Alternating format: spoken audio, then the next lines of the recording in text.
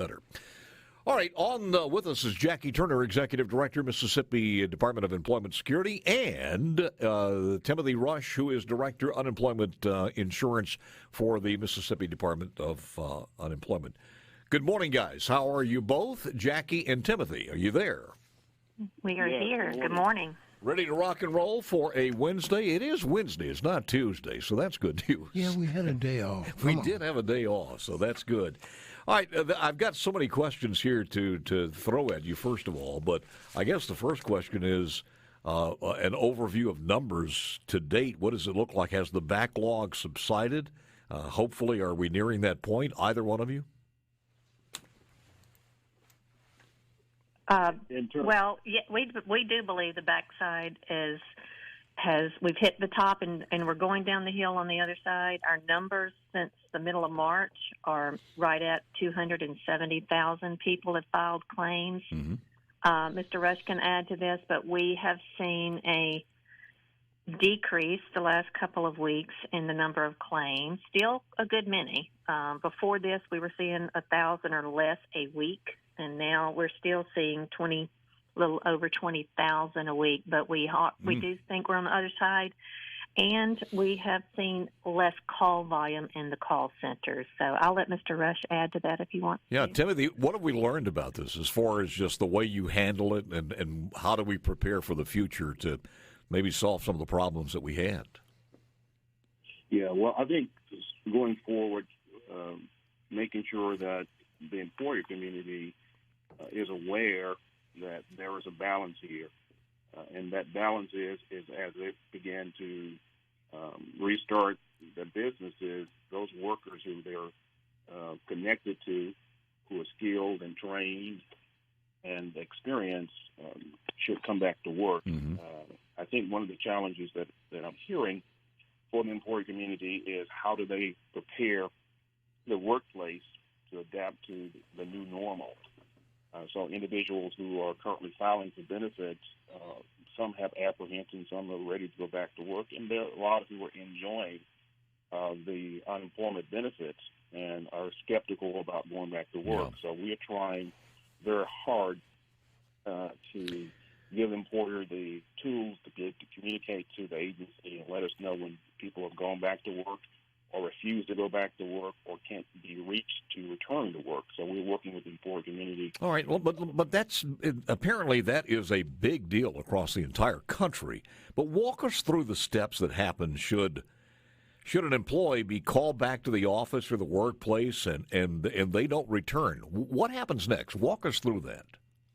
Well, if the individual is contacted by the employer, first of all, the employer must make contact with that individual through whatever means that he or she normally would contact the individual. If the individual receives the notice to come back to work mm-hmm. and fails to do so, that individual, the employer should contact MDES. We will in turn contact that individual and find out why he or she did not return to work. And if they do not have good cause for failing to return to work, suitable employment, they will be dismissed or disqualified, should I say, up to 12 weeks, up to 3 months for refusing to return back to suitable work.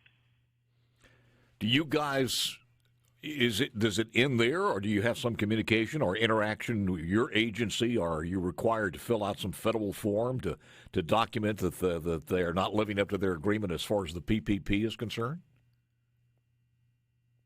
Well, that's another caveat of the CARES Act. We don't necessarily involve the PPP mm-hmm. Aspect of for the employer. However, the employer's obligation to MDES is that if they are paying individuals to stabilize their payroll and that individual is working, that individual is not entitled to benefits, and therefore the money that they're receiving from PPP is considered reportable earnings, and therefore they should not be entitled to unemployment benefits. If they refuse to go back to work mm-hmm. And the employer has money available for that individual to pay them, then that's where MDES gets involved to conduct an investigation and notify the individual that if you refuse to return back to work, you will be disqualified for unemployment benefits. And we're talking about this happening in a matter of a week, 2 weeks, or what's the timetable for the response back? Depends upon the method of communication. Department of Labor says that the agency may communicate with the individual via electronic communication. That could be a phone call, that could be a text message, an email within 24 hours. And within 48 hours, 2 days, that individual has to respond. And so to respond to the agency's request to contact us or to contact the employer, that individual could be denied benefits within a matter of 3 or 4 days. So it takes some time for the employer to notify us, but if they notify us, usually within 24 hours, we're reaching out to the claimant to let them know that the employer is trying to reach them or they need to return back to work. Jackie, it's just a big mess when that happens because, I mean, some people could say, look, I have some underlying conditions, or I just don't think it's time for me to go back yet, or it seems like it doesn't get any easier from here for the employer who are trying to get things back on track. You're absolutely correct. Timothy and I and the staff have talked. We have strategy meetings several times a week, and that is our number. We've moved from the initial several weeks ago of we've got to get people money, and we still have some that are caught in investigations that we still have to serve. But now, as the economy's opening back up, employers are wanting their employees back, and then there's these caveats for COVID-related reasons that the individual may refuse to come back or can't come back, and it will complicate things. It'll complicate things for the person, for us, trying to determine if it's the correct interpretation, and for the employer who needs their workforce back. And so that becomes our new norm in the following weeks, is the scenario that Mr. Rush described of trying to evaluate whether someone is receiving unemployment because they are entitled to it or because they aren't entitled to it, and then there will be an overpayment established.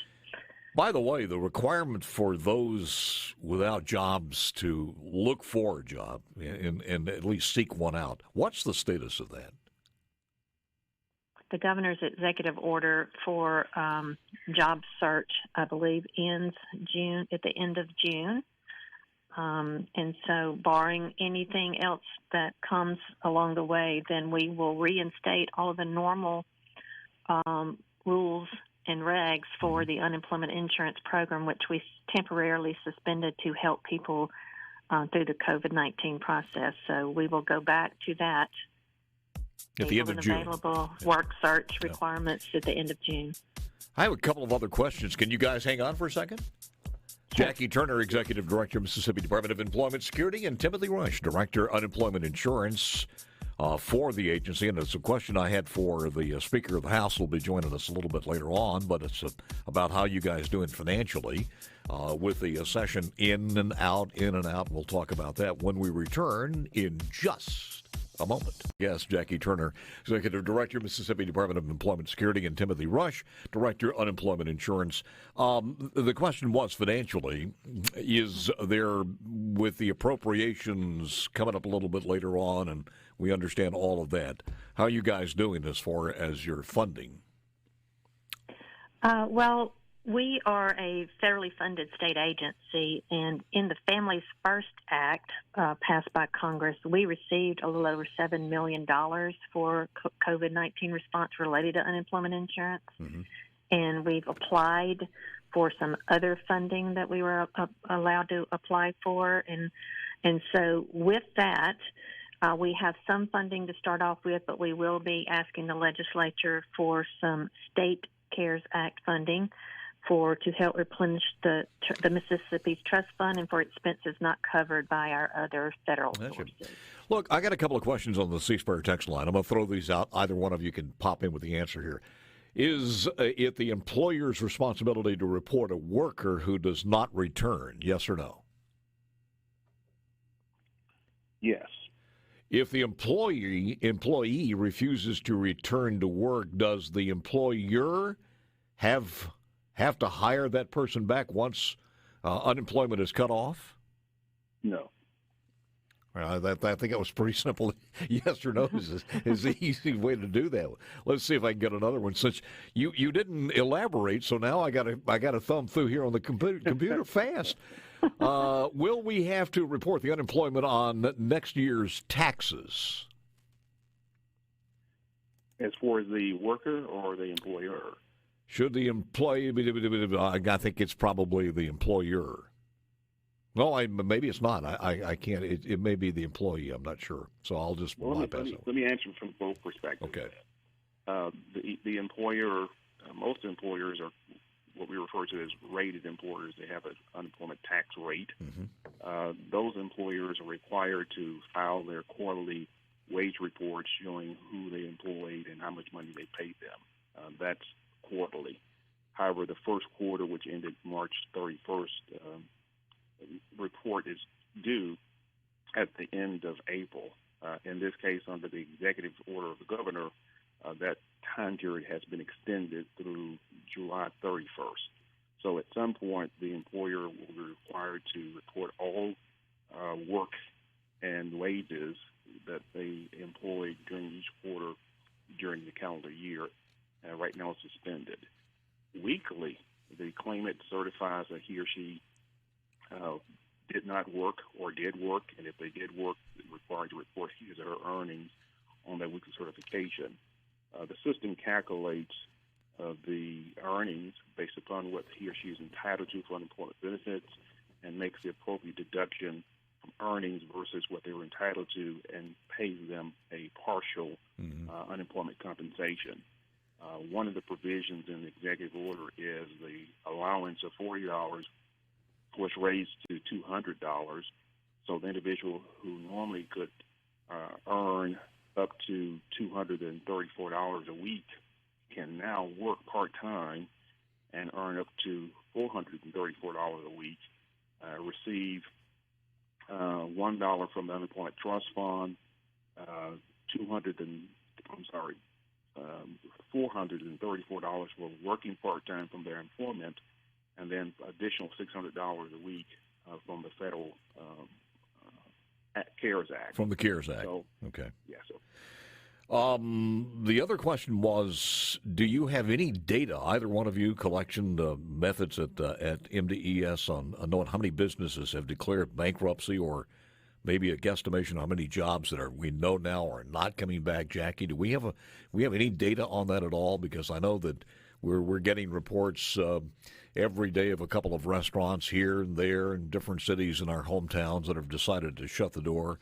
And there are some rumors out there of a couple of factories, too, that it's a little bit scary, and we hope that doesn't happen. But you have any data on that at all? We are beginning to see data for COVID-related closures. Just is beginning to trickle in.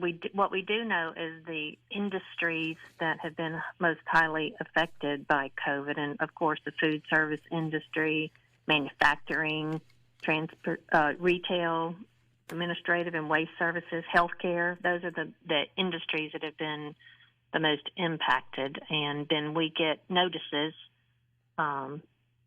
when companies are laying off or closing, and we are beginning to see those come in at a greater pace than we had before. Unfortunately.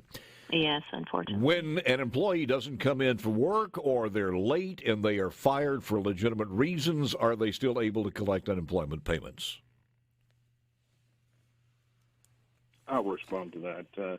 If they are late, the employer has policies in most cases to address that or find a remuneration for that attendance issue. Mm-hmm.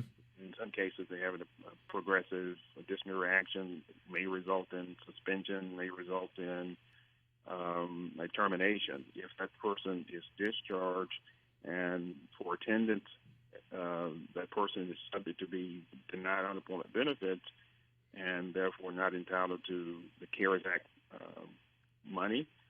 If the person is missing work because of one of the CARES provisions, having good cause, that person may be eligible for partial unemployment benefits if he or she is still employed. If that person is separated because he or she quit for a good cause, then that person may be entitled to provisions under the CARES Act. I got you. So I think what we take away from this interview, number one, that things are getting a little bit better, and there is at least trending down somewhat as we begin to open the state to different things. So that's the good news. The bad news was the state economist yesterday, Darren Webb, did tell the leaders in the House and Senate that we had $1.2 billion less in tax revenue by mid-2021 than we would have expected before the virus or before the pandemic. So the shortfall is probably going to take, realistically, 2023 before we get back to some pre-pandemic levels, and that's not good news. So it's a long road ahead. Final thoughts from Jackie Turner, Executive Director? Absolutely.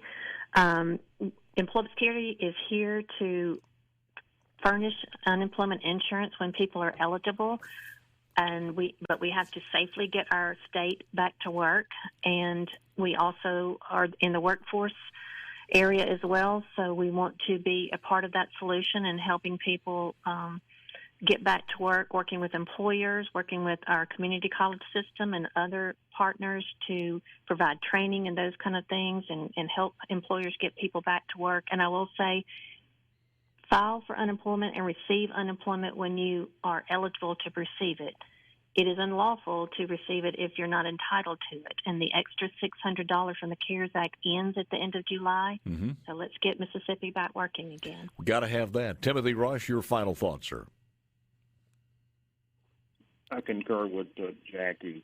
For the employee community, we are partnering with them to make sure that individuals who are out of work due to no fault of their own don't have to worry about income and receive unemployment compensation as the program is intended to. For those claimants who prefer not to work and when there's suitable work available for them, at some point that will be reported to the agency and they will be denied unemployment benefits. But with both parties working together, I'm sure we can restart and jumpstart this economy. I think so, and I think everybody understands when your job is there and the company says you need to get back to work. If you don't, it's not going to turn out well for you, one way or the other. So, and the clock is ticking. Hey guys, thank you so very much. If you need us, give us a call. Thank you. You got it, Jackie Turner, and also Timothy Rush. So there you